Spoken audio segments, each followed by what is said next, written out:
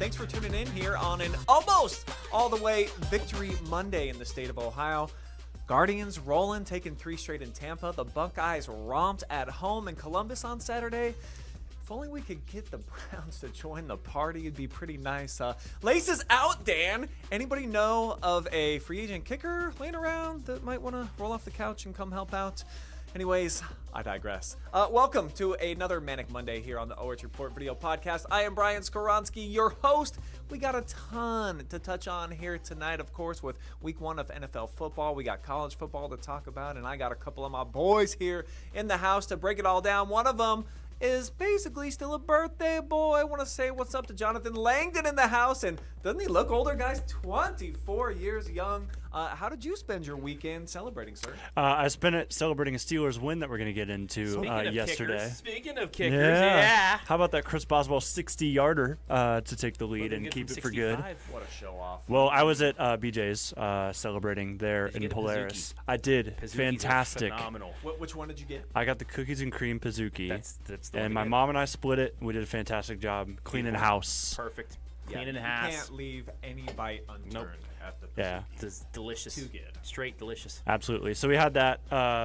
My birthday present is still kind of in the making. I'm thinking of some stuff for my setup that I want to get together, like maybe like a figure of one J.J. Watt. What? T.J. Watt. T.J. Watt. Well, J.J. Watt did a good job on the call.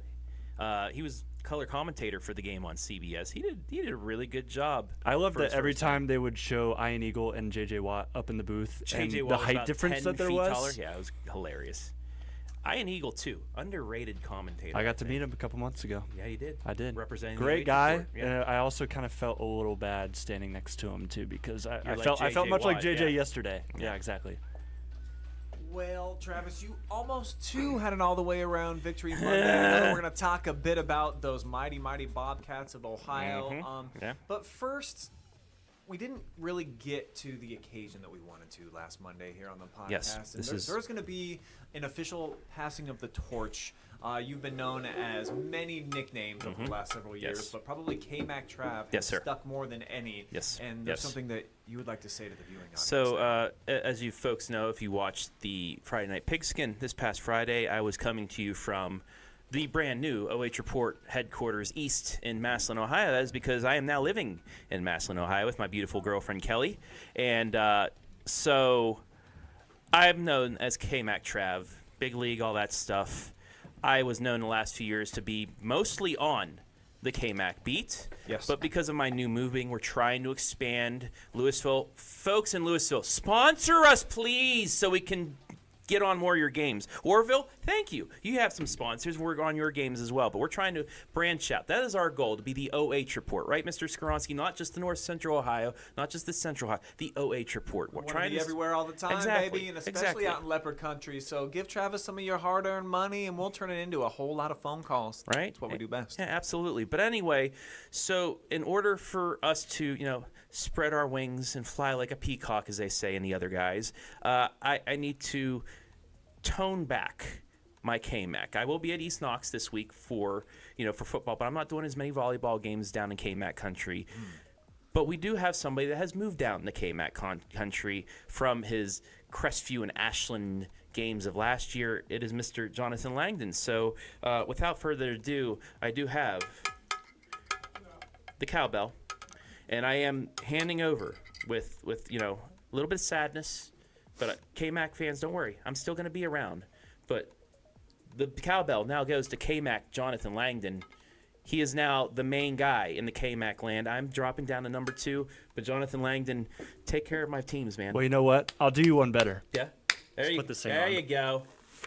I will be there this week for the Bulldogs against Loudounville. But ring the bell. Ring the bell. There we go. I'll keep ringing it. There Keep we ringing go. it. Yeah, the There we go. bell's fine. No air horns here in the building. We saved that for down at Chet Looney. and I'm nowhere rocking a lot else. of East Knox right now, but if anybody else wants to send me some gear, my Yes. mail is open. Yes. Let me get this off, but shout out to these Bulldogs. Shout out Yes. to everybody else as well. I got to go see Danville the past 2 weeks. Yeah, I'll be there in a couple weeks too. So I'm going to be around, but not as much. But I want us to still have representative of the K-Mac. So I'm handing it off to Mr. Langdon. I still be there, but he's the man. He's the man now. We're just going to set this here for the rest of yes, the put that right- podcast. I'm sure with a bit of a heavy heart, Travis. Yes, that absolutely. You're I still love my the official cowbell. I mean, if it wasn't for the K-Mac, we probably wouldn't be as branched out as we was, before. Absolutely. That's still my first love, the K-Mac, but I have to spread my wings and fly to allow us to expand even more. Jonathan's going to, take the reins for now. And I want to give a little bit of a recap, too, not just from K-Mac Country, although there's a lot of them in this total I'm about to share with you. But the last 7 days, September 1st through yesterday when I turned 24, 695,000 views Hello. on Facebook. Whoa. I'm sure that number increases on Instagram as well, but you guys are absolutely killing it with us on the OH Report, so thank you for that. You know what is killing it? The cross-country runners, Brian. Yeah. Yeah, we're going to talk about cross country coming up here very soon. We also have on the show, you can see we got the fancy rundown, and I'm told it works in everything all the way around this week. We're going to have the NFL Week 1 recaps. Yes. Very excited to talk about everything except for Browns, even though I was very impressed with the showing that they had, but we're going to break it all down for you guys coming up here very soon. Friday Night Phenoms top plays. I know that's why a lot of you like to come in here on a Monday night and watch live and free. That way you can get those double dips with your votes. So those are coming. Plus, and if you want to double, triple, even 10 times up your money, Yin's back, sir. It's Bets back. are back, baby. Maybe we'll win one this year. Maybe we'll win one this year. We'll see. You went over last year? I was so close a few times that last second the hook, as Blues Travel said, the hook brings you back. The hook took me away from some money last year, but this is it. I've done so well this week. Andy Jardy, shout out to him. He did a really good job on bets this weekend so far. I'm just trying to roll it over to today. If we can just get this first one, we'll be off and running, boys. I know you guys have been tagging. We are. We are today. Jonathan and I are already in. We're expecting everybody else to jump on board. You're going to want to tell Yin's bets here tonight. Also, the Buckeyes blasted Grambling, setting up a great rivalry game, I think, coming up here against Ohio. Lucas Wickheiser of the Cleebus, he's going to join us. He's going to break down that game, talk about some Browns as well, plus a few other college football headlines. That's all coming up here on the show. But we got to start it off, like Travis said. We had some cross-country here on our airwaves over the past weekend. Phenomenal meet. It really is. It is the most unique, most fun sporting event, regardless of what the kids are playing, that I think that we have going down in the Buckeye States. And it is all about America, too. I love that is the foundation of it. Seneca East hosted over 800 athletes at the Stars, Stripes, and Lights cross-country event. I was there. It was awesome. I saw this go down with my very own eyes. Look at this dismount, boys. I'm not sure how talented these guys have to be up in the air when they drop literally out of an airplane and they make it right at the 50-yard line, but that really set the stage. Gorgeous stuff. And speaking of great looking, how about the founder of the event, Matt Schock, joining us right now. Matt, dude, what a great event you put on yet again this year. I imagine that you got to be very proud, but also very exhausted because probably a lot goes into it. Have you had a chance to rest up at all? Not really, not yet. It's been go, go, go. We got out of there about 4 o'clock in the morning from cleaning up that day. And then last night we had some inside paperwork to do. And today we had school day and just came home from a school board meeting. So continuing on. But the work never stops, buddy. Yeah, so tell me about how much planning actually takes place. I mean, we all see the glitz and the glam on game night, and obviously during the week out there in Attica, you guys have it all decorated. It's beautiful, but at what time of the year do you typically really start getting everything crafted together?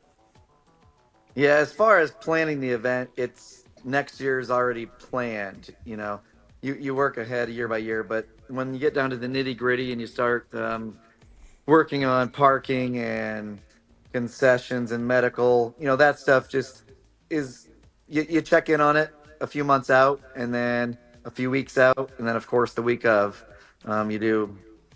you go full go on everything. And I don't know where the 800 number came from, but I just want to point out, we actually had 2,200 registered runners.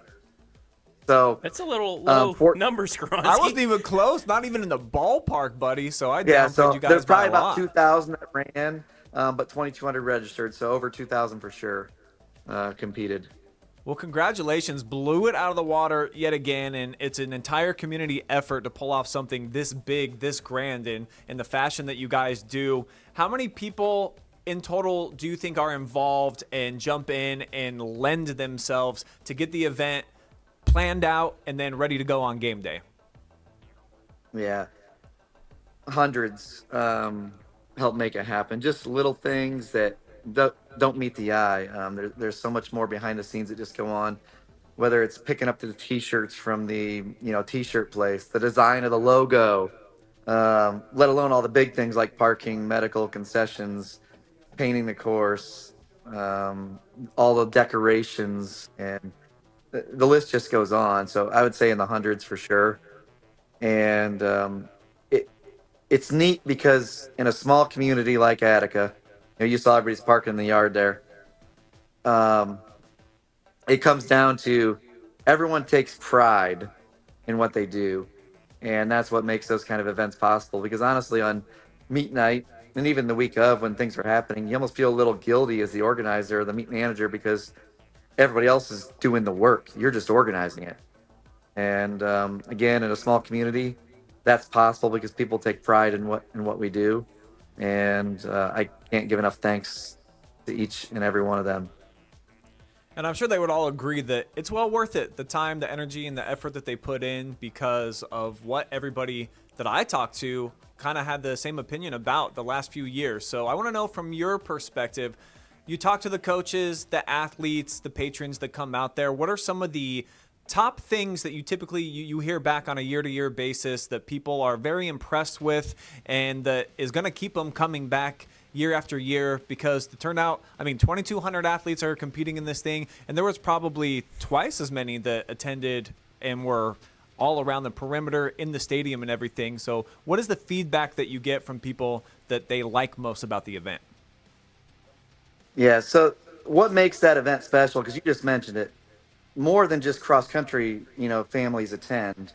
You go to a traditional cross country meet, it's your mom and dad, and maybe your siblings are there, and maybe grandma and grandpa come to watch you. But this event's turned into everyone comes. So you just have to account for that in the spectator numbers. Instead of having one runner bring 2 people to watch them, one runner might be bringing 5, 10 people watch them because they want to be part of the event from the educational standpoint and the patriotic standpoint. One of the key things we focus on is making a sporting event educational. And we tried to do that last year. We had the Vietnam Memorial Wall. Before that, the 9/11 World Memorial. This year was Wreaths Across America. It's taking a sporting event and bringing education as well as patriotism into it. Again, today in America, we have, 2 political parties, very distinct and separate. But on a night like Saturday night, it was all about the United States of America and patriotism, togetherness. And that's the goal of the event, because it was founded on 9/11. And that is something that sits in my mind as a 13-year-old child, 9/11 of 2001. I just thought of the patriotism that was displayed, the day after 9/11, and how everyone was together. We were all one. And so that's kind of the goal for that event and what it's become. And then watching our community buy in, watching other people's communities buy in, it's been fantastic. And of course, everyone loves the glam of the fireworks and the skydivers and all that good stuff. But people also love how organized it is and how well our workers, make things happen smoothly. And so, again, I thank all of the volunteers sincerely for their efforts, because that's a reflection on them. Hey, Matt, it's a phenomenal event the whole night, but how do you get the setup? Not only just the track, the course, but, where you allow the teams to set up? Because I know there's some camps where they put couches out and TVs and food and all that stuff. What goes into just the process of planning where everything goes? Yeah, honestly, we run 2 meets. You guys cover the Tiger Classic as well. Yep. With a recap video. That's 2 different courses. The night meet one is a completely different course, and myself and assistant coach Mike Farrell, we kind of worked together, brainstormed. He's a mapper and kind of map things out. And then every year, we look logistically, as a coaching staff and event coordinators of, what worked, what didn't work, what can we improve on. We already have a list of some things for next year. What can we improve on? So it's just a matter of observing and trying to envision what might work best. And so when we lay that out, we both understand the sport as well as our other coaches, and so it's just kind of having a vision for it and then making it happen. Teams from all over the state get invited to this as well, Matt. What is that process? How do they get invites? Is it open to any team and then you'll take pretty much, all comers, or is this an exclusive type of an event? Yeah, it's turned into an exclusive type of an event. The very first year we had it, it was relatively big, and then from there on it boomed, and we pretty much maxed it out around 2,000 to 2,200 runners because of our parking and facilities really can't handle much more than that since we're surrounded by a bunch of cornfields and bean fields. So it is very exclusive in the sense of we don't advertise for it. We don't send out, emails, invites. It's all everyone emails my athletic director, Coach Doug Mason, or myself throughout the year and ask, hey, can we get in? Can we get in? And honestly, we have a 20-team waiting list right now. And we've not advertised one bit. Every kid that I talked to said that it's their favorite event of the year, bar none, and that's for the last several years that we've been coming out there and doing it. And for your team, Matt, a lot of success for Seneca East in this event, but how about your girls stepping up and winning in their division this past year? So what was the expectation for them? Obviously, they know the course they run in that Tiger Classic. Did they feel like it was going to be their night as a unit, and first place was kind of on their mindset and their goal sheet? Yeah, we knew there was a chance we could win it. We have a very strong team this year. It's a unique team with 4 seniors, and then 5 girls in the middle, and then 8 freshmen. And so it's a unique mix and blend of talent and leadership. We knew that we're a pretty good team. We'd have a chance to win. But honestly, at our home meets, a lot of times we don't always run the best because our kids are out, helping, carrying things, doing things all week long.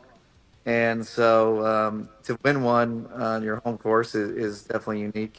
And it was a special night for them, and I couldn't be more proud of them.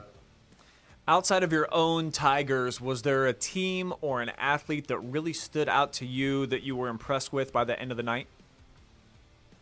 I would say this is the first year that Minerva came to meet, and their coach, Olivia Scott, I know pretty well. And just watching them dominate that Division II, or I guess the former Division II, but the Stripes division was pretty impressive, no doubt. Yeah, they had a lot of really fast girls, and you're right, they kind of just ran away with that competition, and it seems like it gets better and better each year. You plan a whole year ahead of time, so what can we expect? How are you going to top 2025 when we come back in a year? What's going to be different, better, or new? Yeah, and just before I answer that question, I do want to just point out that we do take this very seriously, and our coaching staff and community is passionate about the sport. Seneca East has a long storied history of success in cross country and track and field, and myself, I have visited the last couple of years different night meets throughout the state of Ohio to take ideas, and you borrow and steal to make yourself better. And so in the woods this year, we did rope lighting all through the woods. It was 3,000 feet of rope lighting. But that's something I saw at another meet that I went to at night. And I'm like, that's so much better than using the tower lights in the woods. So we made it happen because of people coming together and working together to make it happen. So, that's what our big step was this year. Next year will be the 250th anniversary of the US of A. So it's known as America 250. And we are working to honor that. And so our theme is going to be America 250. I might say that there are going to be some reenactors and Revolutionary War, things on site that evening. I think that'll be pretty neat to go back 250 years and time reenact. We have the goal of bringing a drone show there. I don't know if you've ever seen one of those, but is beyond belief good show, and that's a goal that we have.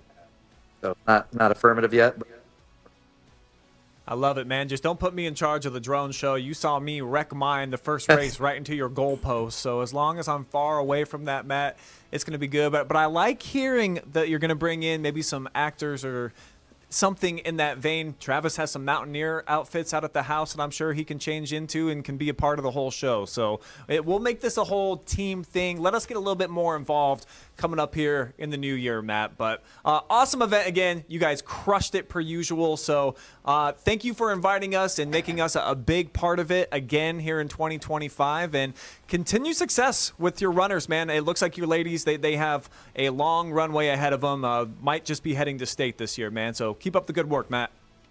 yeah, thank you, Brian. 4 years ago when we started this, it was kind of like, well, what do we do? How are we going to do this? And look where we've come as a crew here of the OH.Report making it happen.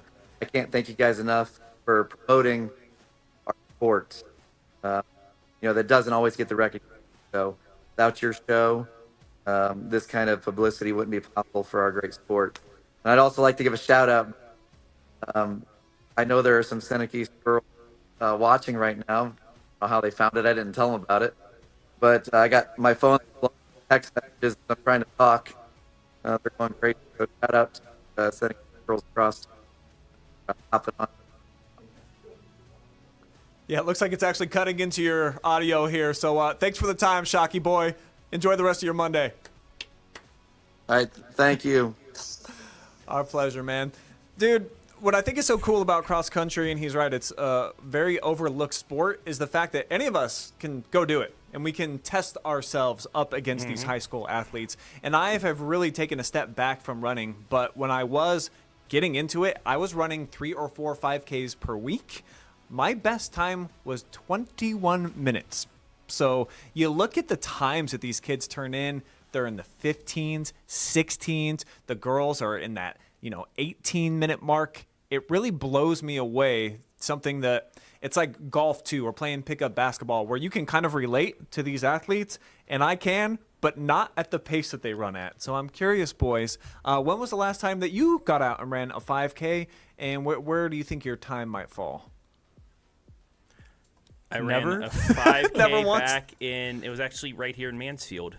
I ran one. I won my age division because there's only like 3 other people. Really? I was like 20, 29, 28. The legend of Berardi continues. Yeah, I still have the medal they gave me, but that was the last time. That was 2016. So, yeah. So is running an adult wow. thing where I'm just gonna all of a sudden have the urge to want to run a 5K because I'd never had that yet. It's never hit you no. where you're No. like, you know what? My Forrest Gump's kicking in. I just want to run.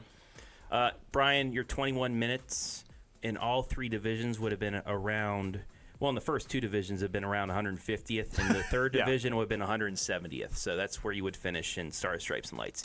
And I vomited almost when I hit that. I had a pretty good couple of weeks where I was in the 22s, and then when I broke into that 21-minute range, it took everything out of me. So big shout out to all the runners that Shout put out. themselves to the test. And to see the boys do like 5.5-minute miles, 3 in a row, unbelievable. You know what else is, guys? Friday night football, man. Oh, yeah. We bring the hype right here on the OH.Report, and obviously we lay out for you our picks for the top plays of the week, and then we let you narrow them down and pick what you think is the absolute best of the best. And week 2 we thought was a little bit watered down. Like we had cool plays, but not outstanding plays. Wait till you see what we have in store for you coming up right now. Here are the nominees from week 3. Week 3's top plays captured by our cameras, all presented by Spherion Mid-Ohio. Danville scored their first win on the new turf Friday night. Perhaps no player enjoying the fast-playing surface more than Siren Wallace. Skirting his way out of the tackle, and he jets across the field where he's going to beat the defender all the way to the pylon. We knew this man, nicknamed Zoom, had the speed, but he delivers the boom here before taking off on this 56-yard touchdown run in the Blue Devils' win over Lucas.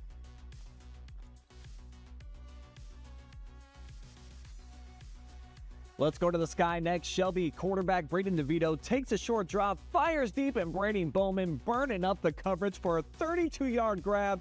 The fourth catch for the junior in the end zone on the night. The chemistry between these two was like the football version of the periodic table of elements, and this play was straight gas for the Whippets duo, who beat Bellevue at their place for the first time in 15 years. Here comes the first of two top play noms for Western Reserve in a blowout win over Winford. Brexton Froelich, one-handed catch, tipping it to himself for the 34-yard gain. Another look as Colton Magro lets it fly. Froelich able to track it down, tips it up to his right hand for the big gain. Just one hand necessary. Zane Fur used both hands to haul in this next grab, but it's his work after the catch that stands out at nominee 4. Sets up that block to the perimeter, and you see where this is going. He's going to cruise 83 yards down the sideline for a Buckeye Valley score. Awesome play design right from the start, bringing for across the formation. Great block by the wide receiver. Opens up a huge running lane, and Zane does the rest. His second TD grab in the first quarter in a win over River Valley. I've got way more yak on the way at nominee 5. Shane Ull, an absolute unit in a Keystone uniform. The 210-pounder showing it off, spinning out of a Crestview arm tackler like a bug in a whirlpool, and then runs loose all the way 80 yards for a Wildcat score. This is just pure size and strength as 3 different defenders try to bring him down, but simply cannot meet the challenge. Cougars got the win, but Ull definitely earned a spot on the top play countdown. Speaking of big, strong kids nobody can tackle, take a look at this touchdown run by Ontario's Cooper Kilgore. Stutter step through the hole, hits the circle button, and turns on the Jets. 67 yards later, it's a house call for the dynamic sophomore.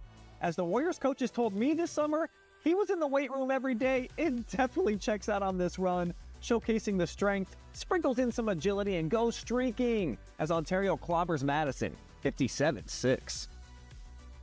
You probably know Owen Wilson best for his roles in Wedding Crashers or Starsky and Hutch, but now see the Louisville High School version of the Ghost on the Gridiron, because nobody can touch the speedster on this mad dash to the end zone, flying like Peter Pan, Count Chocula. It's not even Halloween, but this leopard already haunting the competition. And so is our next nominee, who you may recognize from many previous appearances on this countdown. That's Hillsdale's Owen Sloan with the rock, and he's always running downhill. 20/20 vision as well, rockets on his feet, and the Falcons' all-time leading rusher back in the end zone. Ron Stewart famously said the first cut is the deepest. That rings true here on this run. 67-yard score in a win over county rival Loudonville. Another county rivalry on display here at number 9, Lexington 7. Allen up the jet sweep, dropping the hammer on the Clear Fork defender. We all know he's got the extra gear for the 60-yard run, but goodness gracious, look at this collision to set up the rest of the run. Allen came in like a wrecking ball, and he ends with some love in the zone. As promised, one more play from Western Reserve to round out our 10, and there was just no way that this one was not making the cut. Because there's like 5 Winford defenders all draped on Jackson Davidson, who somehow finds his inner Hulk strength, breaks loose of the shackles. It's a devastating 24-yard touchdown run. It looks even more unlikely all zoomed in and slowed down here, dragging half the Royals defensive unit all the way to Paintert. Crazy indeed. Those are your Week 3 nominees. Comment your vote right now. I wasn't joshing you guys. Those are pretty good plays, man. Like I thought the first time that I went through, and I actually had to throw one out, honorable mention to Big Walnut. They had a strip and then a grab out of the air, and then they scored on a touchdown. But I didn't know what to leave on the cutting room floor, and we only get 10. So much better, I think, than weeks 1 and 2. These are pretty good. Yeah, it's definitely a toss-up. Don't know which one I'm going to vote for, so we'll see. Leave a comment down. We got some double dip action going on here for the podcast. Two for 1 here today, but you can also vote afterwards. It just won't be 2. What else can they get some 2-for-1 action on tonight, Travis? Well, it is phenomenal time here. Had some phenomenal performances once again. Brought to you by Spherion Mid-Ohio. Without further ado, it is the Week 3 edition of the Phenominees. Presented to you by Spherion Mid-Ohio. Last week we mentioned how Shelby quarterback Braden DeVito would most likely be making a normal appearance in the Phenoms, but let us not forget his favorite target for Phenominee number 1. Brady Bowman went off against rival Bellevue, catching 9 balls for 240 yards and 4 scores, as the Whippets finally get that big dub up in Bellevue to improve to 3-0. Our second nominee lit up the stat lines last year for the regional champion Big Walnut Golden Eagles, and that familiar name is back again as they aim for a repeat and more. It's Nolan Burley carving up the Groveport defense to the tune of 109 total yards and 2 scores as those Golden Eagles are flying high. The silent walk. Nom Nom number 3 was huge in Danville's comeback win over rival Lucas. Daddy, there goes that man. Cy Wallace was running like one. 15 carries, 203 yards, and 2 scores. That's a phenomenal 13.5 yards per carry as the Blue Devils get its first win on the brand new carpet up at Tough Street Stadium. You older folks will get this one.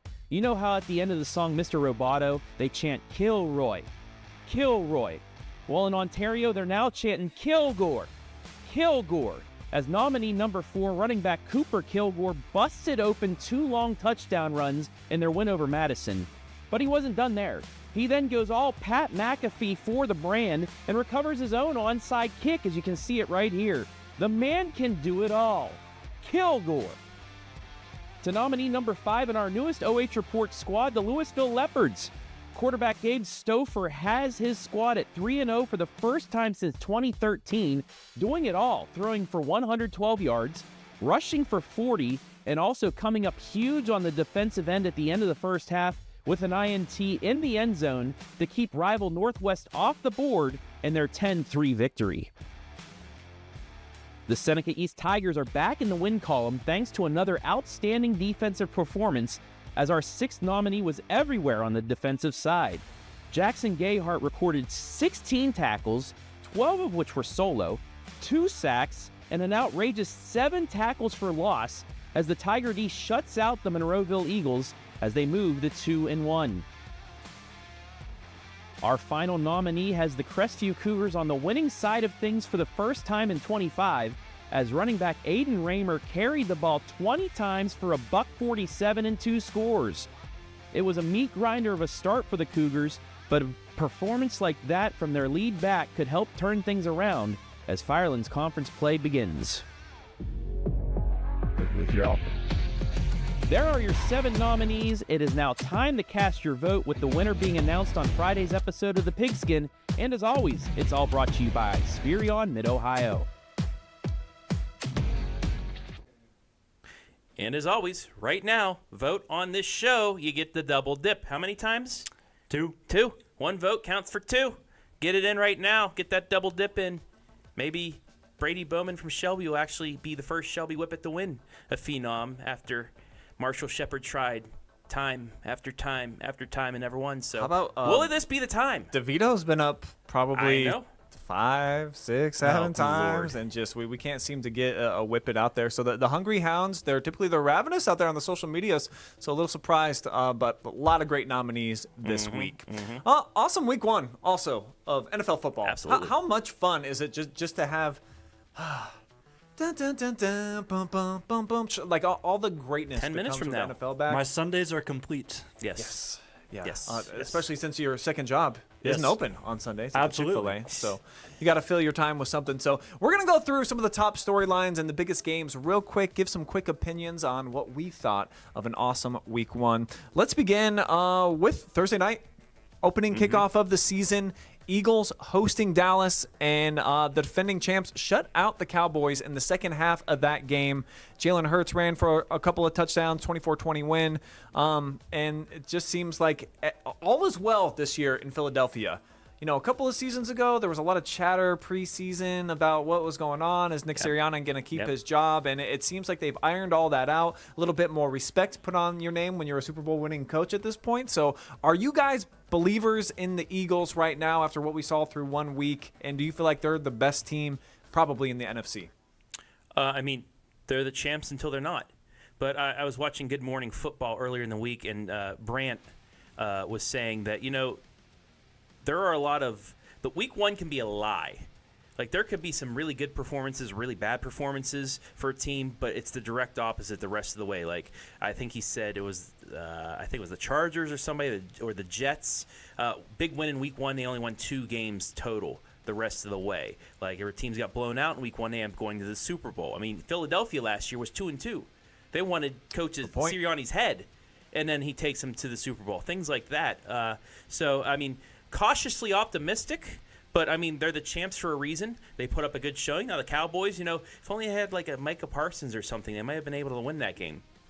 So I think what Travis is trying to say is that there are going to be a lot of overreactions here as we kind of dissect week one. But Yes. I think we still got a pretty good tell of some teams. I think I was more impressed by the Cowboys than I was with the Eagles because they hung tight.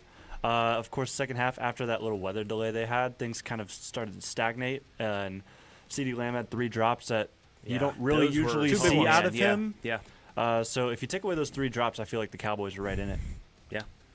All right, let's talk about the team that lost in the Super Bowl and losing in week one, the Kansas City Chiefs. They go down to Brazil, and I think it did stun quite a few people. There was expectations after what the team did last year where they won all the close games, and it was like, okay, they bolstered the defense a little bit. They give up 27 points and a lot of offense to Justin Herbert and the boys out there in Charger country. So do you see this one more as Kansas City potentially not being what we think they're going to be, or is this maybe more about the Chargers and maybe Jim Harbaugh is going to start elevating that team to a new level, Trav? I mean, Harbaugh's got himself a defense once again. They had that last year as just getting the offensive performance, but now that they got Najee Harris coming back now, they have once he gets his second eye back after that freak injury on the 4th of July. That was weird. Lad McConkey, he's a lad out there. He's one of those next receivers to be competitive. But if they can stay healthy, I mean, they're in first place right now in the division. But the question is, can Kansas City get it going? I mean, they have some injuries right now. Can they get healthy enough to get back into things, or are they past their prime? Yeah, with Xavier Worthy going down so early in the game. Yeah. But also, I'm excited for Justin Herbert because I feel like we haven't seen much of him the last couple of years. So if he keeps playing like he did week one, we could see him finally back into the mix towards the top of NFL quarterbacks, which would be – I really like Justin Herbert, so that'd be really exciting to see. And how about the Chiefs, the only team without a win out of that division in week number one? The Raiders getting the victory. That was pretty wild and surprising. Gino. How about Aaron Rodgers going on the road at MetLife Yes. Stadium? They beat the Jets, Justin Fields' old team. So it was the 2 quarterbacks trying to get a little bit of revenge on each other. And good old A.A. Ron throws for 4 tutties. Steelers fans obviously going bananas. Aaron had some awesome post-game quotes, asked about the people in the Jets building and how he felt. And he was like, I just wanted to beat everybody that was over there. So I got 2 Steelers fans here with me. Is the expectation making 3? The producer put up his hand. I am surrounded by them, swimming in a pool of filth, but winning filth, at least at this point. 4 touchdowns for Aaron, no interceptions, and awesome celebrations. Oh, that. Is the expectation now elevated in your mind after 1 week? So, for the first time in a long time, that opening drive we went right down, a couple big third down conversions. Aaron does that little bootleg, gets the wide open touchdown to Skoranek, and I jumped up, looked at my girlfriend, and said, "We're going to the Super Bowl!" And then the defense did nothing for the rest of the time. Broderick Jones, left guard, got Rodgers nearly killed 5 times because he's just not that good at the moment. There's a lot of things to be frustrated about, but then I remember we have the Wizard of Boz. 60-yard field goal is good from about 67. Aaron Rodgers, any other quarterback, we lose that game by at least 2 scores. But Aaron Rodgers going up, there's a couple times he went up, changed the plays, audibled, moved guys around, and was able to do Aaron Rodgers things. And he didn't need a lot of time. There's a couple times where he got quick throws off for touchdowns when other quarterbacks probably get sacked. Like, Aaron Rodgers is playing in his prime, playing MVP football, it looks like. The 4 touchdowns, getting revenge, and then, I mean, the Boz as well at the end. I don't know how he won it, but I do want to hand it to Justin Fields. He looked pretty darn good out there, Jonathan. Yeah, and we're going to talk betting here momentarily because the game is about to start. But how about Ben Skoranek? First touchdown for the Steelers. That was great. Yeah. Yeah. I would not have put my money anywhere near Ben Skoranek to get the first touchdown. But yeah, Probably Steelers, paid out well. Big win. I'm not going to overreact because I did project that we were going to win this game, and we did, and it was a little closer than I honestly thought it would be. But I honestly also have the Steelers getting out to a hot start, 4, maybe even 5-0. But that's kind of what we saw last year, the year before that. Just great starts, and then things kind of start to even out just a little bit. But Pittsburgh, of course, great win. I can't remember the last time we scored over 30 points, so it feels great to be a Steeler fan right now, having this kind of offense. But we'll see if it stays. If the defense even gets half as better as they did in Week 1, then and also shout out Jalen Ramsey, hit of the year. I'm calling it now. I don't think anybody's going to have a bigger hit than that. That was huge. Yeah. Garrett Wilson, got to bring in that football. And speaking of Buckeye wide receivers, and it is WRU at this point now, look in the league. Kind of just got him everywhere. How about Emeka Egbuka? Game-winning touchdown catch, his second touchdown grab of the game in a win for Tampa Bay on the road against rival Atlanta. Not many were talking about Mr. Egbuka in the Rookie of the Year chase, even though he's a first-round pick. I was. Here's the thing. We find common ground here, Brian. You and I are both Ohio State fans. I just knew that Emeka Egbuka getting passes thrown to him from Baker Mayfield was the perfect match made in heaven. If he wasn't going to the Steelers in the first round, Tampa Bay was that second pick for me, where I really wanted to see him go. Learn under Mike Evans. Really good spot for him. And then this is just a really good game, too, as you see the end of this. Kickers are huge, man. You guys are lucky you got a good one. We've seen at the end of games it cost a few teams around the league this year. Well, once again, the question I asked the last couple of years is watching Baker Mayfield succeed like he's doing down in Tampa when he could be doing that up on the lake. But Joe Flacco, we'll get to that in a minute. Joe Flacco did pretty darn good for you guys too. But that's that Tampa team.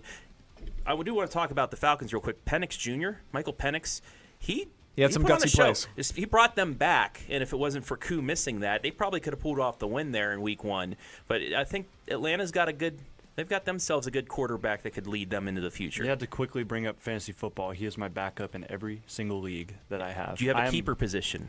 A keeper position? Yeah, you keep a player to the next year. Yes. I mean, it's a great keeper if he keeps going. Yeah, young. But yeah.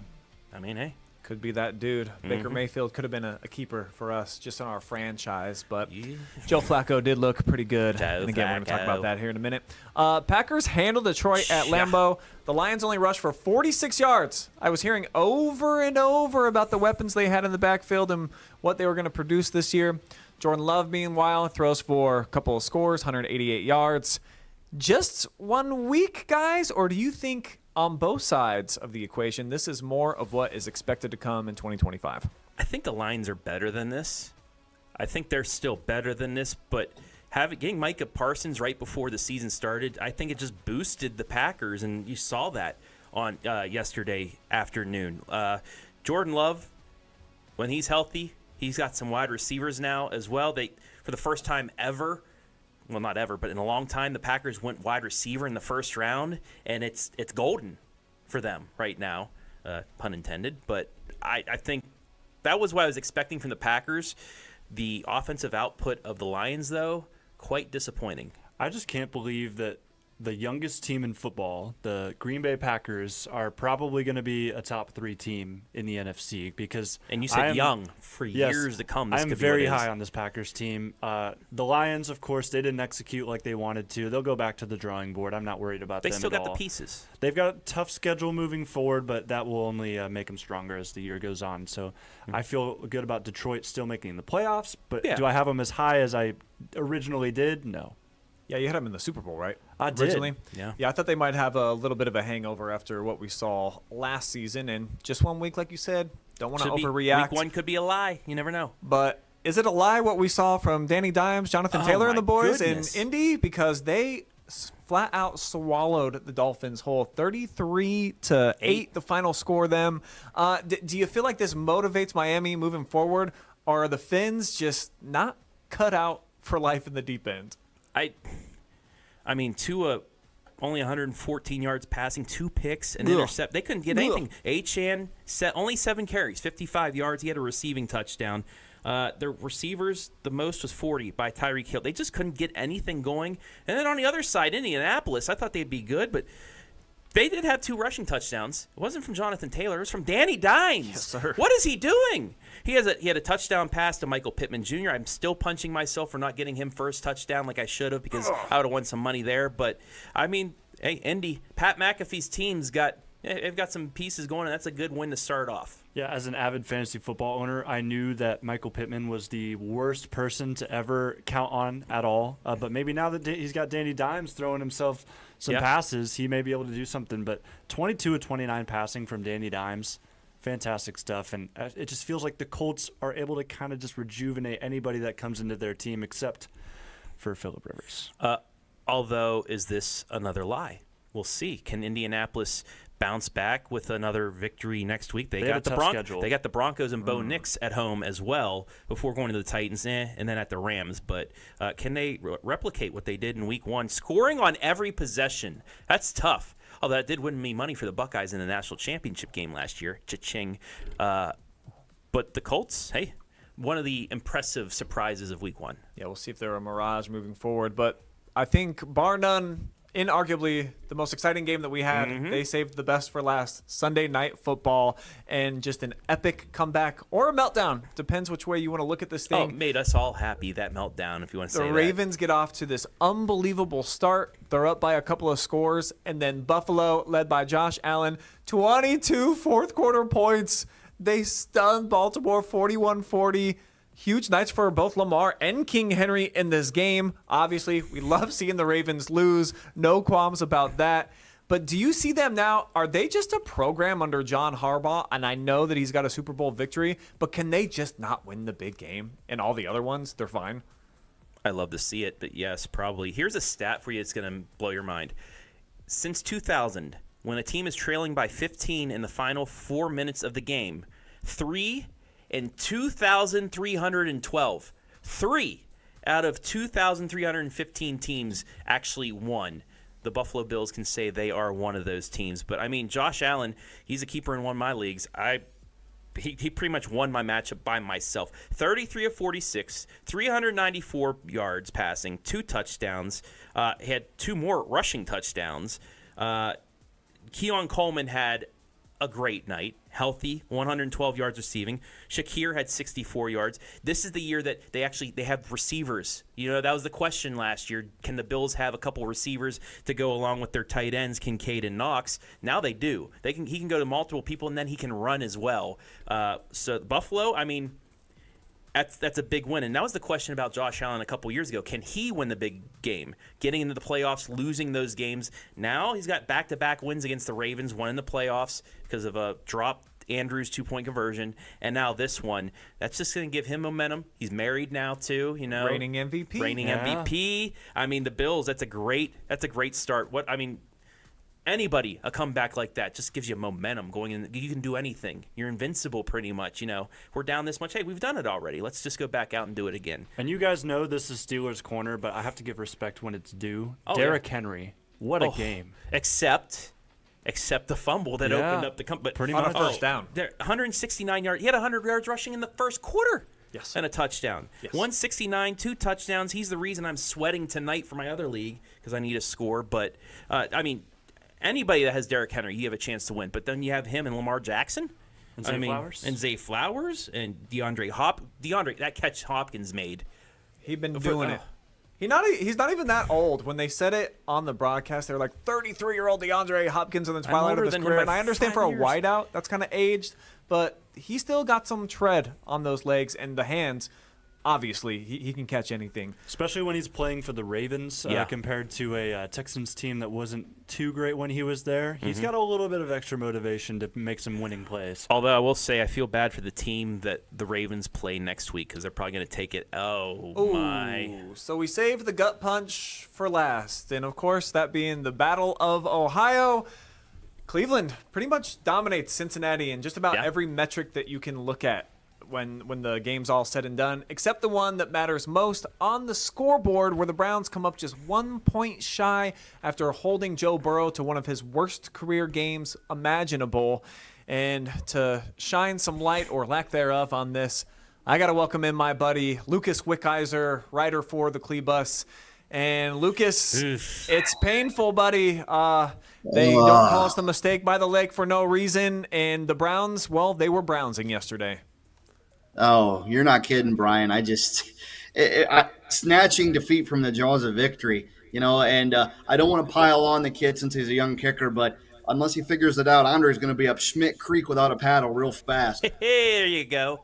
Well done. So yeah, I mean, the 2 tipped INTs were tough, bad breaks, but you got to be able to make your kicks. And obviously, we cut Dustin Hopkins, our MVP from the 2023 season.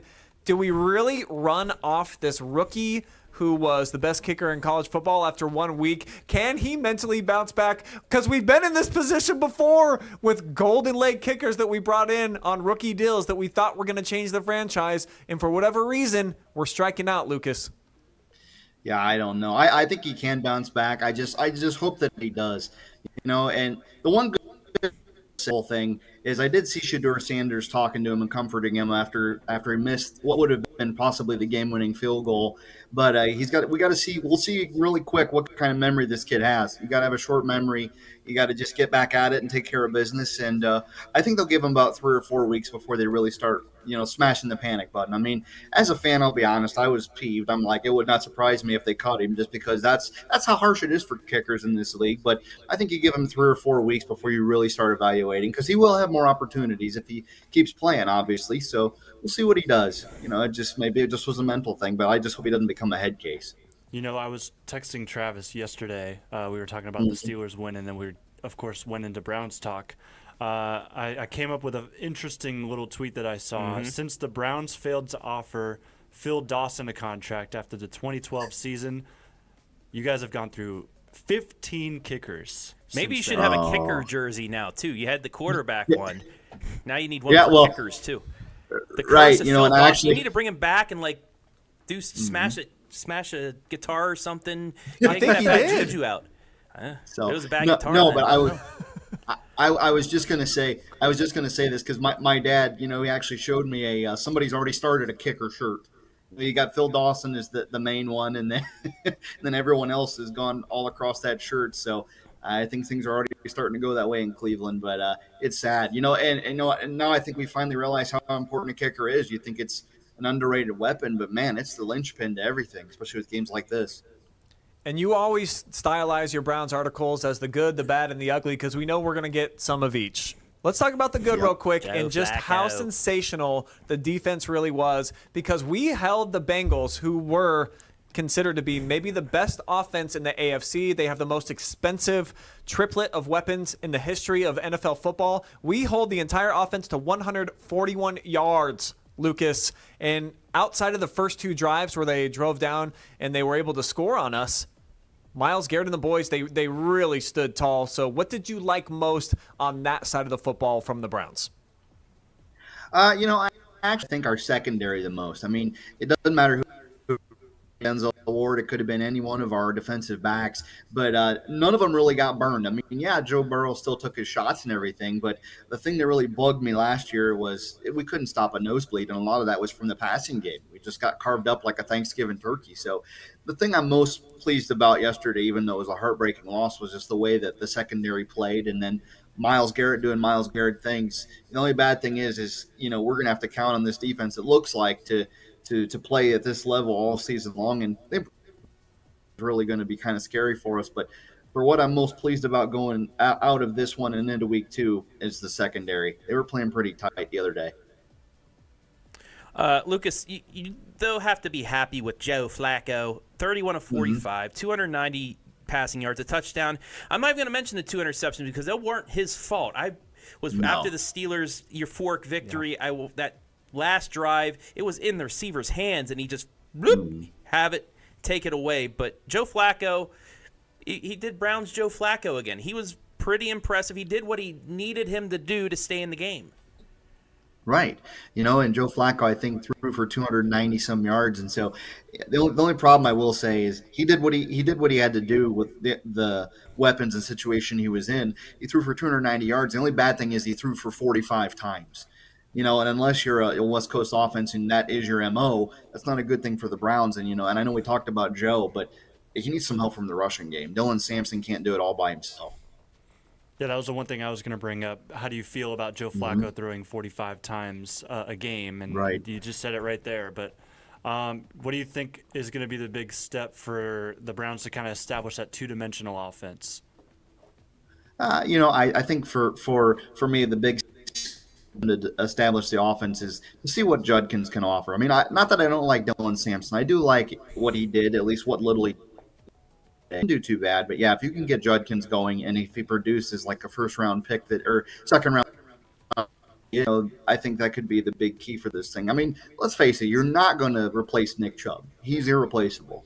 But, I think if you can get Judkins going, if the Browns can, consistently run for at least 80 to 100 yards most games and get back into that rhythm, that's what's going to make this offense even better. Because I think Joe, was at kind of the ceiling for where he's at right now. But if you can give him a good running game, this offense could possibly take off. But we'll see.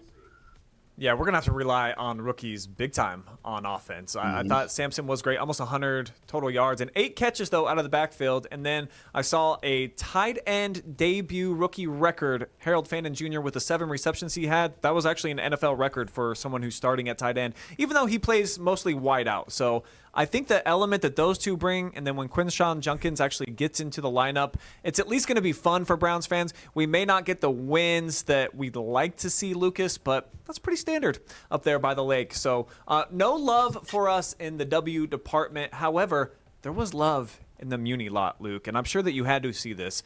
How about this ceremony that went down between a couple of super fans, Charles Bevel and Desiree Wheeler? They ended up tying the knot. They are known as the Brown Spider and the First Lady of the Dog Pound. And now they began the next chapter of their lives by cheering the Browns to a gut-wrenching loss. But it's part of their DNA. It's part of what brought them together.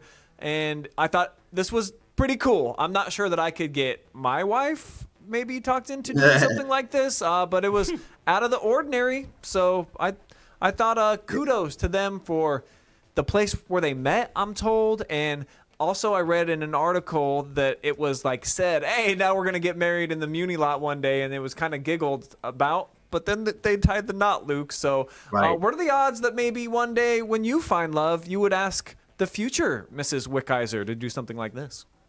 Well, I'll tell you one thing. If Elizabeth and I make it, which I think we're doing great right now, she would not go for this, and maybe I wouldn't either. I love the Browns, but happy woman, happy life. But good for them. I heard that, it was more than just a ceremony for them. I heard they kind of kicked off their honeymoon for wherever they're going to go after, but the first stop was the Muni lot. I kind of chuckled a little bit. Usually the Muni lot's not probably the ideal spot for a honeymoon, but hey, good for them. So, but no, if Elizabeth, I don't think it's going to be in the Muni lot. But the funny thing is, she already took on the nickname the she animal when she started dating me. So that's a good. What happens? Oh, that is a good quality. Yeah, the Rihanna song "We Found Love in a Hopeless Place." I think you're looking at it right there. I want to send my condolences to any potential offspring of those two for being born into the world as Cleveland Browns fans. Oh man, no, he went there. Browns fans are born God's toughest creatures. I'll just tell you that right now. We're not a bunch of frontrunners like them Steelers fans over there. I was born and raised a Steeler fan. Don't even. Yeah, you're making fun of the wrong corner over here, Lucas. Yeah. All right, guys, let's shift gears here and let's talk about Monday Night Football. It is here. I believe they just kicked off a couple of minutes ago. They just scored in Soldier Field. Give us an update. So Caleb Williams, 9-yard rushing touchdown. Oh, didn't have that for a first touchdown. I bet everybody else. But him. Oh, that's right. We did make everybody else. So, yeah, a 9-yard touchdown run. It is 7-0 Bears with 7:04 left.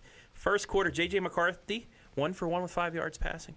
I mean, and none of us, we were talking before the podcast started tonight, none of us are high on Minnesota. And I don't know if it's that team up north hater in me and J.J. McCarthy and just the way that he got his way weaseled into a top 10 draft pick somehow, some way, even though I didn't know that he had spectacular arm talent. But not really high on Minnesota this year. So where do you guys fall? Because the coach is still in place and they've had a nice run going. And with the new inflection of obviously the gosh, Ben Johnson over there at Chicago.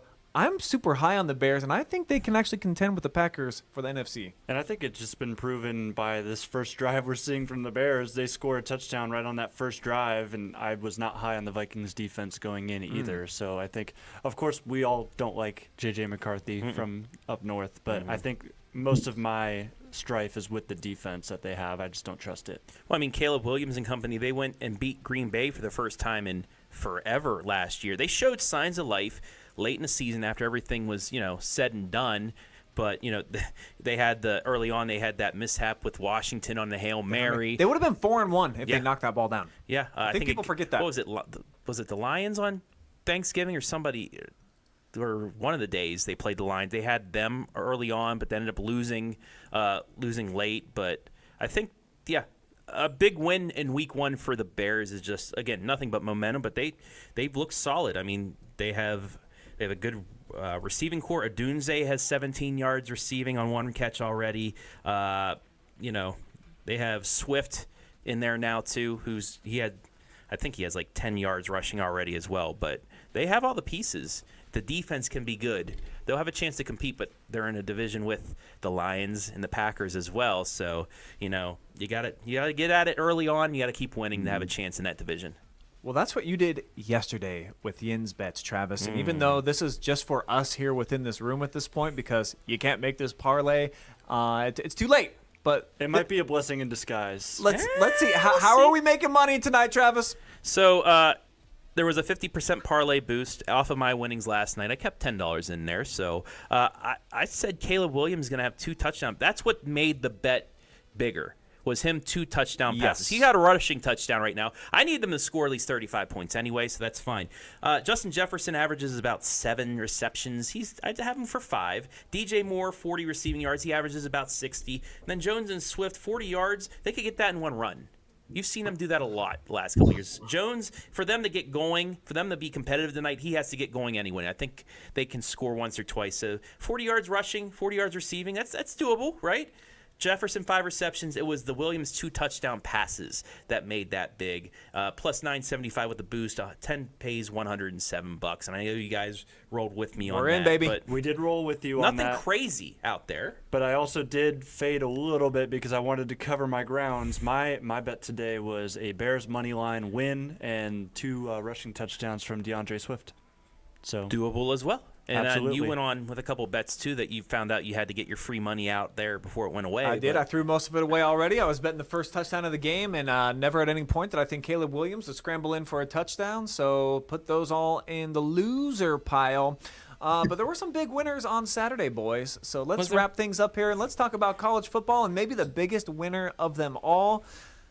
How about them Bobcats? Ohio University looking like a powerhouse in a battle against West Virginia. They overcome 3 picks from Parker Navarro, 17 straight points. Well, him getting hurt really hurt us as well. Jaheim White getting hurt midway through on a course collar tackle, too. So thanks for taking us out, Bobcats. There's a lot of the only way you could win, right. only way you could win is by injuring our best running back. But our offense looked like complete garbage after this. Second half, the defense held them no points, scoreless. They had a drive right at the end of the half. You're seeing the touchdown pass right here. But after that, the defense was very good. The offense, still back in Morgantown. Didn't even get on the bus. Nico Marchiol, he's a left-handed quarterback. For some reason, they had him running right. Why? I mean, what are we doing here, folks? This is not... I know this is the first year with Rich Rodriguez back, hard edge, blah, blah, blah. We're going to take our lumps. But this was not it. I mean, especially with Pitt coming up, a good Pitt team coming in here. We may start off 1-2, and people are going to want his head already. It was just a frustrating night. And, Evan, you're out there watching. Congratulations, but never diss the pepperoni roll again, bud. Don't diss the pepperoni roll. That's all I'm going to ask. You guys had a good win, good quarterback. Don't throw 3 picks against Ohio State. You're going to lose by 60, though. You got that text ready? But I do have a text that I want to share. On Saturday at approximately 7:48, Evan Johnson, our star intern and the star of the Gridiron Glory segment on the Friday Night Pigskin, he did send me this, and I quote, "I don't have Travis's number, but please let him know this. Welcome to the MAC, and that's what real football looks like. Pepperoni rolls are the most overrated thing in the world." Don't do that. Don't do that. Don't jinx yourself. You're going to lose by 70 That's fired. now. Like, come on. Do you think he doesn't know that? Oh, he knows that, but that's good trash. I like the trash talk. Now go on High Street, go party out and stuff because you're not going to be partying next week. I only have one experience with the pepperoni roll. You brought me back one that was wrapped up out of a convenience store, and I gotta say, nothing special about it. Nah, I think I gotta side with Evan on this one. You got to get the homemade stuff though. That was like I saw pepperoni rolls. I'm like, might as well bring it back. Too much bread.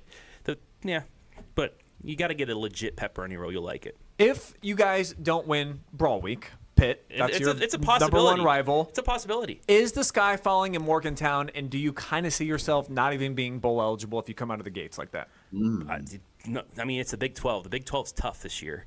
Now we have Colorado, we have Utah, we got to go to BYU, Texas Tech. I mean, there's some really good squads. Arizona State, we got to play. Like, yeah, if we're not 2-1 coming out of non-conference, it's going to be tough. But you got to look back to Rich Rodriguez's first year. The first time they went 2-8. Then 10-win season, Big East Championship, the Sugar Bowl year. All right. Not going to mention that 2010 year or 2007 year, but it might take him a year to get the hard edge going, but we really need. I was talking with somehow I found another Mountaineer fan up in Cleveland. Went up to a comedy show. Hey. Afterwards at the Clevelander, we were watching Michigan lose.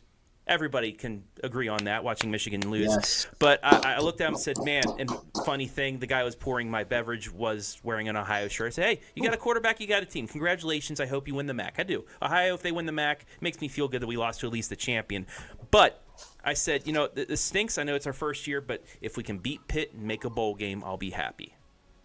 Now it's time. We're rooting for your happiness, Travis. But you. I think that game was more about the Bobcats, buddy. It was. Congratulations to Ohio. They got a big week 3 test, though, coming and up. actually, they beat Iowa State in a game like that before. Iowa State did the same thing, getting 2 home games, getting a game there to make it less amount of money they got to give. And they went down there, they got sick, and Iowa State got upset by Ohio. Ohio's a good team at home. And you told me this, that West Virginia fans couldn't get like a single game ticket. Because it was so much, so they bought out the rest of the season tickets for Ohio. So that's another thing. Don't talk about the pepperoni rolls because you're going to have an empty stadium because we ain't going to sell those back. We're not going to sell them back if you're going to keep dissing us like that. But it was a good gesture by West Virginia. We put money into your athletic department at Ohio. We got to go to the game. People were tailgating, stuff like that. There were Ohio fans that liked our pepperoni rolls as well and the moonshine. So, yeah, if you see Evan walking around in a tailgate, do not offer him a pepperoni roll. Do not offer him the moonshine. He's lost those privileges, okay? Not quite ready for the moonshine just yet. I think he needs to get a couple of Jonathan Langdon birthdays under his belt before he is able to do that. But you know what hit harder than moonshine on Saturday? How about the Grambling silver Band? bullets, baby? Buckeyes looked pretty sharp here, Luke. I thought that we would shut them out and or allow 3 points, maybe 7 points maximum after the defensive effort that we saw against Texas. What I did not see coming was our tight ends scoring in this game. 10 touchdowns. We knew Jeremiah Smith was going to do things like this. 5 catches, $119, and a couple of tutties. Julian Sayin only had 1 incomplete pass. It went for a pick, which kind of sucked. But what a great day. 306 and 4 scores. I loved the offensive explosion that we saw, Luke, and heading into what's not a pushover of a Bobcat team. This was a great way, an awesome display. We got some backups in. Bo Jackson, the true freshman from Villa Angela St. Joe's, he went for over 100 yards and a score too. So everything that could have went right kind of did at the shoe on Saturday, and I think Buckeyes fans feeling pretty good moving forward. Right. Let's preface this starting off saying, no, it is Grambling State. No disrespect to them, but the level of competition, I mean, you knew it was going to be an ugly one, at least from their end. But it definitely was a good chance to see Julian Sand in the offense in action and kind of get to see the, whatever I want to say, skeleton or bones of this thing. If he's doing this, or at least something like this, and leading the offense at this level against Penn State or Michigan, I'm going to get excited. But it was good to see him kind of be very comfortable in the offense and do his thing. I love the fact my favorite play was the one play touchdown just to Jeremiah. It just was like he was almost going through a walkthrough on like a Friday or something. It was crazy. Just one play, so simple, so easy, and he just dropped a dime. But yeah, it was great to see him conduct this offense the way he did. And you know what? Who the big winner was at Ohio Stadium? The fans. They got to see their Buckeyes win 70-0, but then they got to see 2 phenomenal bands at halftime as well. Yeah, that was Right. sweet. And then even after the game, I think they stuck around and they did an encore performance together. Right, so I think there were some rumors circulating that maybe we invited Grambling State over because the band is pretty spectacular and that they were Right. at least able to put on a show in that regard. But I love, how about 9 different players scored a touchdown for Ohio State, Jonathan? Jeremiah Smith had the couple, but to spread the wealth in a game like that, I just think that Ryan Day and Brian Hartline and everything, they did it right in this particular occasion. Yeah, they did it exactly right. And then not just like in the performance on the field, but also just kind of the conduct off of the field that we saw Bo Jackson, the running back, kind of flaunt just a little bit, and then Ryan Day got on him right away. So starting to see Ryan Day become really stern, starting to pull a little bit of what we saw out of Nick Saban before he decided to hang it up from Alabama, just like raising the standard. That's what you love to see out of Ohio State. And, of course, Alabama, that standard has dropped quite a bit since he's left. But they did get a win last week to kind of get back on the right track. Well, also, a name I was kind of surprised I didn't see, Bogpin Miller, was not in on the stat list. I thought maybe if he was true freshman, he's going to not get a red shirt. Well, he even can still get a red shirt and play a couple games. I figured he'd get into the lineup, but maybe not this week. Maybe next week. I don't think he's lost his black stripe yet. Oh, okay. So that might but be it is coming. That's probably why. Got to be coming, yeah. All right, well, nevertheless, 651 yards for the Buckeyes. That's a lot. They hold the Tigers to 166, and you were talking about maybe Alabama and how the traditions kind of dropped off since Nick Saban left. Well, now that there's no Harbaugh and no Stallions over there at Michigan, things aren't quite going in the same winning formula that they had rocking and rolling there. Womp womp. They had to learn in Oklahoma that the Sooners are the real deal. They cruised in this game early, as you're seeing in the highlights. They put a late field goal on the board to kind of bookend this victory, made it a 2-score game at the end of it. 24-13, Oklahoma ends up winning, and they rack up over 400 yards against the Wolverines. And I think that's where I want to start, boys, because Michigan traditionally over the last several years, that's been their calling card. They've had a lot of first-round picks on the defensive side of the ball. A couple of them now lost to the NFL, and the running game never got going, so maybe a bit of a drop-off here for the Wolverines, probably properly slated there at about the 15 to 20 range. Yeah, their calling card has always been win the line of scrimmage and have a really good run game. They didn't have either in this game. Because we saw Oklahoma on their offense, John Mater. It's actually Mateer, but I called him Mater the entire time because I didn't know. Mater? But it's Mateer, and he rushed for 2 touchdowns. He threw for a touchdown. He had a really good game. He had a against Josh Michigan. Allen night, pretty and just much. The Wolverines of old, I couldn't see giving up a performance like that to a non-conference opponent, but Oklahoma really brought it. I mean, they didn't know their plays. That's why. And I think probably the biggest storyline other than that, and people making those jokes and a lot of memes about the fact that they didn't have the playbook, the number one recruit, obviously, in the class of 2025, the $10 million man, the true freshman quarterback for Michigan, Bryce Underwood. Very average. 9 of 24, 142 yards, no touchdowns. He didn't turn it over either.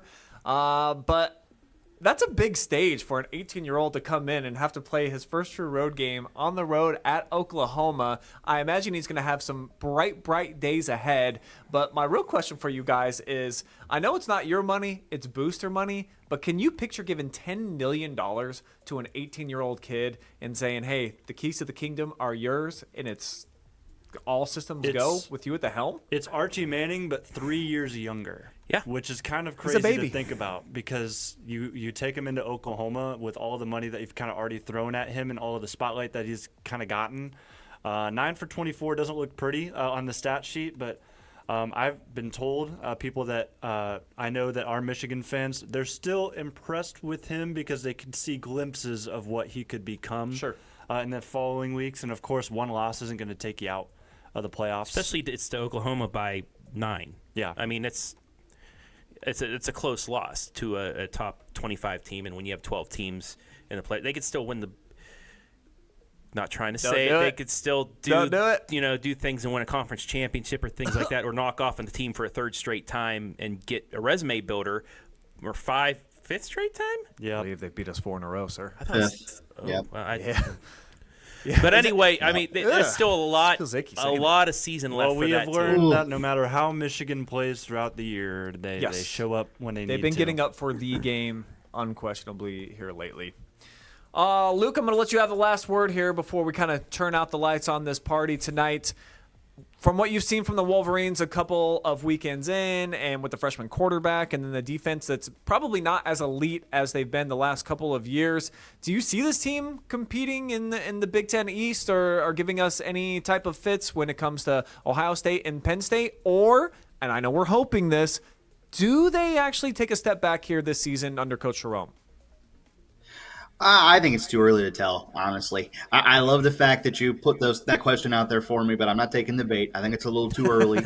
I do like the fact though that Bryce Underwood looked incredibly vulnerable there. And still, even after he's had a whole season under his belt, he is going to be a vulnerable 18-year-old kid. He's going to have moments where he'll make mistakes, and with as hungry as Ohio State is, I think they can get after him. The one thing I will say though for Ohio State going into that one, at the end of the season is, still, even though I think things have dropped off, don't try to out Michigan. Stick to your strengths. Use your quarterback, use Julian Sand, use that great crop of wide receivers, and use the silver bullets, and just pound these guys into submission. Because I don't want to go back to the John Cooper era. I was crying as a kid in November. I don't want to go back to that as a grown man. It's disgusting. Yeah, crying Thanksgiving week, Luke. It's not a good look. I don't like it, and I don't want to do it again. So maybe that's a good way to just put a bow on tonight's show, guys. At the end of the first quarter, Bears still up 7-0. J.J. McCarthy has attempted one total pass, as we kind of expected. Not exactly lighting it up, but long way to go in that one. Need Looks like points. It's going to be Viking football. Need points. Total points. Travis needs points. He needs to pay that mortgage out there. He needs to get a Yin's bet under the table. We got to get that off this night, too. Yeah. In my father's words, growing up with the Browns, we're due, baby. We're due. I feel like Yin's bets are, so it's too late for you to get in on yours, but Jonathan and I, our money's riding on it, so we're going to head off, watch Monday Night Football, but we'll see you guys back here on the OH.Report platforms. Plenty of live streams coming up all week, and of course, Jonathan is going to be down in K-Mac country, the new leader for us down in that part of the world. Thanks for watching, guys. See you next week.